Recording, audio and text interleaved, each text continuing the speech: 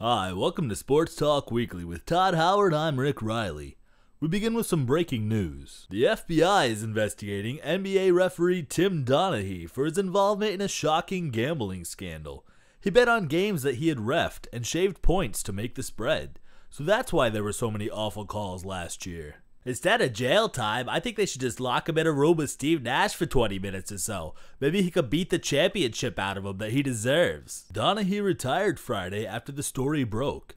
He's in really big trouble and has sought the advice of his closest friends, Pete Rose, Rick Tocchet, and Janet Jones. David Beckham's highly anticipated American debut came Saturday when the Los Angeles Galaxy played an exhibition game against Chelsea.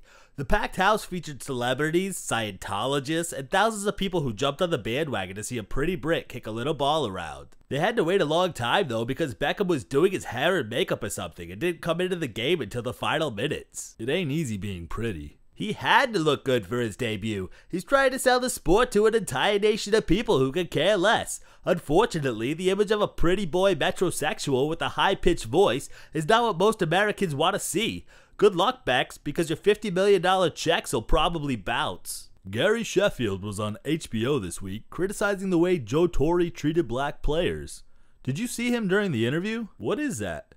Oh, it's a chip on his shoulder. Sheffield's angry because the Yankees didn't want him. They wanted Bobby Abreu. He also said that Derek Jeter wasn't all the way black. Gary, stop saying controversial things in an attempt to sell more copies of your book and just play ball. You're starting to sound like Carl Everett. I don't believe in dinosaurs. Barry Bonds hit home runs number 752 and 753 in a game against the Cubs this week, and the Giants still lost.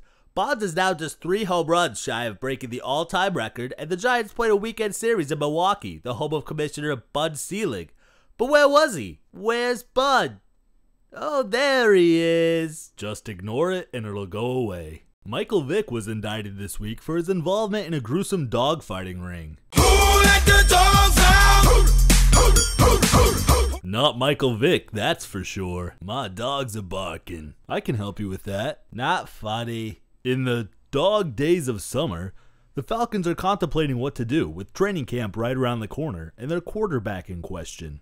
Maybe they should let sleeping dogs lie until this is settled in court. But regardless of what happens legally, he's really in the doghouse.